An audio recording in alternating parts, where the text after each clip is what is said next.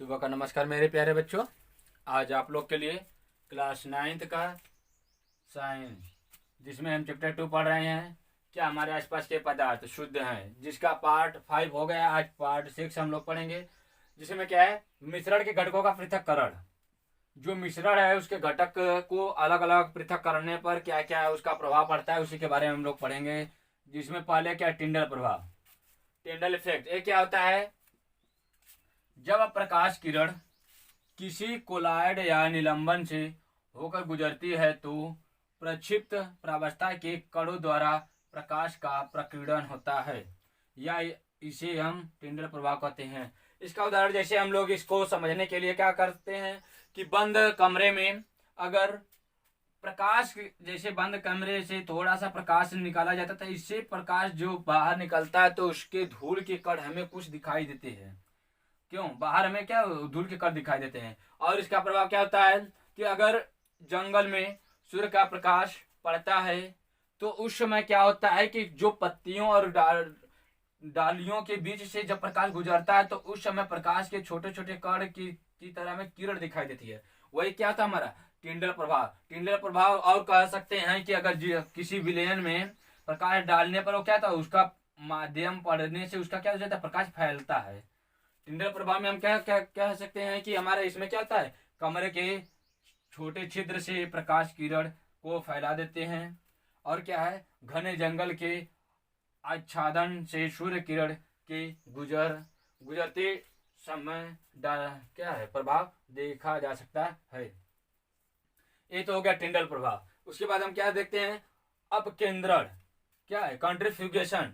इसमें क्या है, जब द्रव में मौजूद कण इतने छोटे हो कि छानन पत्र के छिद्रों को पार कर जाए तो इस कणों को छानन विधि द्वारा पृथक नहीं किया जा सकता है, या ऐसे मिश्रणों को जब तेजी से घुमाया जाता है तो भारी कण नीचे बैठ जाते हैं और हल्के कण ऊपर आ जाते हैं, जिसे हम क्या कहते हैं, अपकेंद्रण कहते हैं। इसका अगर हम देख सकते हैं कि अगर जैसे कि अगर चाय को छाना जाता है चाय छलनी से, तो अगर बताइए उसके जो चाय में जो कण होते हैं वो बाहर निकल जाते हैं। अब चाय से भी छोटा कण आ जाए जो हमें छानन पत्र के द्वारा उसको नहीं छान सकते हैं, तो उसको आप अलग करने के लिए किसका आवश्यकता होती है, अपकेंद्रण में। अपकेंद्रण में क्या होता है कि इस मिश्रण को तेजी से घुमाने पर क्या होता है कि हल्के जो रहते हैं, हल्के कण वो क्या हो जाते हैं, बाहर नीचे बैठ जाते हैं, और क्या होते हैं, और हल्के कण ऊपर हो जाते हैं और भारी कण क्या हो जाते हैं, नीचे बैठ जाते हैं।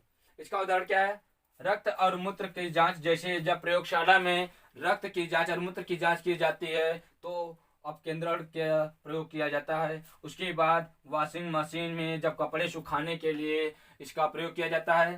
फिर उसके बाद दूध से क्रीम निकालने में भी अपकेंद्रण का प्रयोग किया जाता है।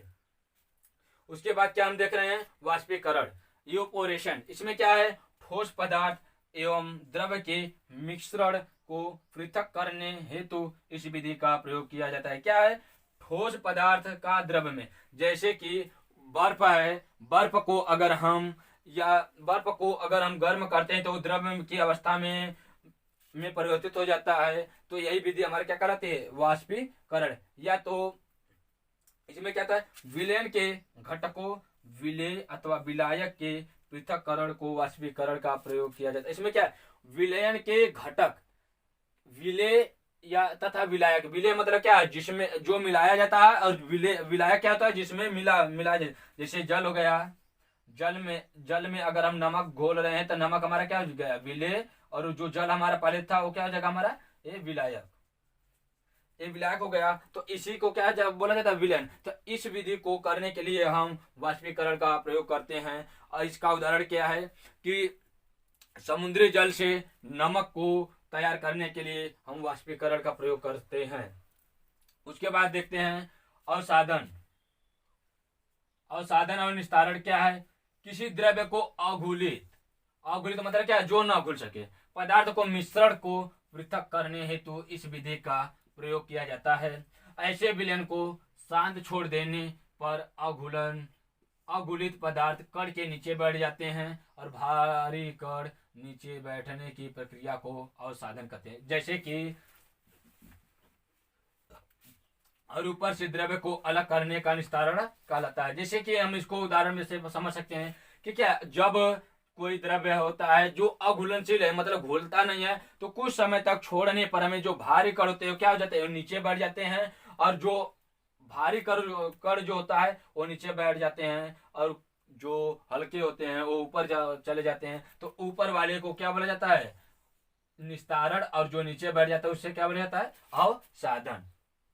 उदाहरण के लिए, जल में मिट्टी का मिश्रण को पृथक करना, या तेल तथा जल के अघुलनशील मिश्रण को पृथक करना। जैसे जल में या तेल में कोई पदार्थ मिला दिया जाता है जो घुलता नहीं, तो कुछ समय तक छोड़ देने से क्या होता है, जल या तेल की सतह पर बैठ जाते हैं। जो सतह पर बैठ जाते हैं उसे हम क्या बोलते हैं, अवसादन, और जो ऊपर तैरता है उसे बोलते हैं निस्तारण। ये तो हो गया अवसादन और निस्तारण। फिर उसके बाद क्या है, ऊर्ध्वपातन। ऊर्ध्वपातन क्या है, सब्लिमेशन। ऐसे मिश्रण जिसमें ऊर्ध्वपातित हो सकने वाले अवयव और ऊर्ध्वपातित न हो सकने वाले अवयव मिले हों, उसे पृथक करने के लिए ऊर्ध्वपातन विधि का प्रयोग करते हैं।